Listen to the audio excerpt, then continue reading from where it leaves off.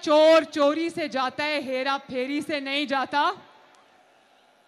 तो तुम क्या समझ रहे थे कि तुम इंतखाबी जो तुम्हारे पार्टी के इलेक्शन है, तुम्हारी जमात का जो इंतखाब है, उसमें तुम हेरा फेरी करोगे, जालसाजी करोगे और पतली गली से निकल जाओगे? ये ओकाड़ा के अवाम नहीं होने देंगे।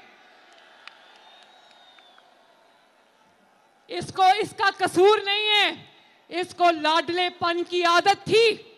इसको आदत थी कि ये जब उमर अता बंदयाल जैसे बदनाम जमाना चीफ जस्टिस की अदालत में जाता था तो वो कहता था, good to see you Imran Khan साहब, आपको मिलकर बहुत खुशी हुई। इसको आदत थी कि आज कैद हुई है, कल बेल भी हो जाए, रिहाई मिल जाए।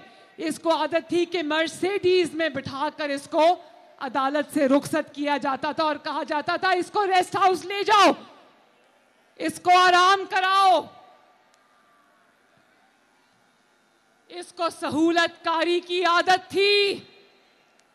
हुनो सहूलतकारियां नहीं रहियां, ना वो सहूलतकारी रही ना वो सहूलतकार रहे। अल्लाह ताला ने चुन चुन कर उनको उनके अंजाम तक पहुंचाया, इबरतनाक अंजाम तक पहुंचाया।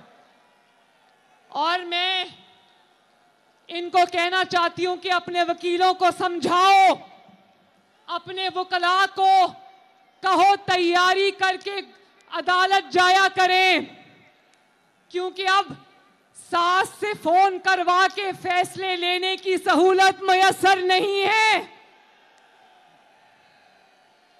अब फैसले या आवाम की अदालत करेगी या कानून करेगा, लॉ करेगा। अब मदर इन लॉ के फोन से फैसले की सहूलत मुयस्सर नहीं है। तमाम दुनिया ने काजी फाइज ईसा की अदालत में लाइव देखा कि अदालत जवाब मांगती रही। इनके पास जवाब नहीं था कि अपने इंट्रा पार्टी इलेक्शन में धांधली क्यों की। इन्होंने समझ लिया हर जगह धांधली चल जाएगी। हजारों के हिसाब से उम्मीदवार थे, इतना वोटर नहीं था जितना उम्मीदवार था, और सब के सबको बिला मुकाबला मुंतखब करा लिया। ये कौन सी जमहूरियत में होता है ओकाड़ा वालों, जरा मुझे बताओ। और फिर अदालत ने कहा कि सबसे इतनी लंबी लंबी आपने फीस ली है, वो फीस की जरा कोई रसीद दिखा दो।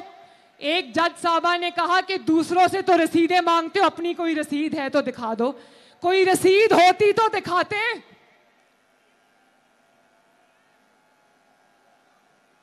और आप जालसाजी करोगे और पूरी दुनिया टीवी पर आपकी जालसाजी को देखेगी, रंगे हाथों पकड़े जाओगे। इस्लामाबाद या किसी और शहर की बजाय केपीके के एक छोटे से गांव में अपने इलेक्शन मुनक्किद कराओगे, जाली इलेक्शन, और सोचोगे कि इलेक्शन कमीशन या अदालत आके आपके गले में हाथ डालेगी। 2018 की तरह इन्होंने सोचा होगा आरटीएस का बटन बंद करके धांधली करके इलेक्शन जीत जाएंगे। कहा ना, अब वो सहूलतकारी मुयस्सर नहीं है ओकाड़ा वालों। बात यह कि कहता था कि नवाज शरीफ को अंपायर साथ मिलाकर खेलने की आदत है।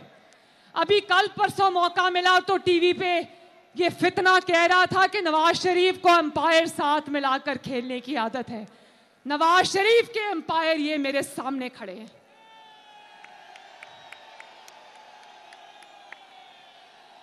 तुमने जितनी मर्तबा नवाज शरीफ को निकाला, अल्लाह के फजल से ये एम्पायर उसको वापस लेकर आए, और अब चौथी बार भी लेकर आएंगे इंशाल्लाह। तुम जो नवाज शरीफ पर इल्जाम लगाते थे, तुम्हारा इल्जाम कुदरत ने उठाकर तुम्हारे मुंह पर मारा है।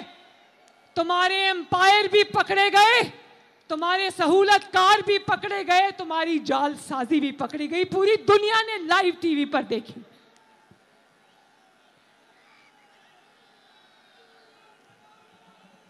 और ऐसे लोगों को इबरत का निशान मिलता है, इंतखाबी निशान नहीं मिलता। मेरे भाइयों बुजुर्गों, 8 फरवरी को इलेक्शन आ रहा है। आप लोगों ने नवाज शरीफ को ना सिर्फ वोट देना है, बल्कि नवाज शरीफ को एक मजबूत हुकूमत देनी है। और ये मैं आज बता दूं, उकाड़ा के गयूर अवाम को बताना चाहती हूं, अपनी बहनों को, बेटियों को, माओं को, बुजुर्गों को, बच्चों को बताना चाहती हूं कि अगर कोई पाकिस्तान से मोहब्बत करता है, अपनी सरजमीन से मोहब्बत करता है, इस मिट्टी से मोहब्बत करता है, अपने वतन से मोहब्बत करता है, तो वो नवाज शरीफ के अलावा किसी और को वोट दे ही नहीं सकता।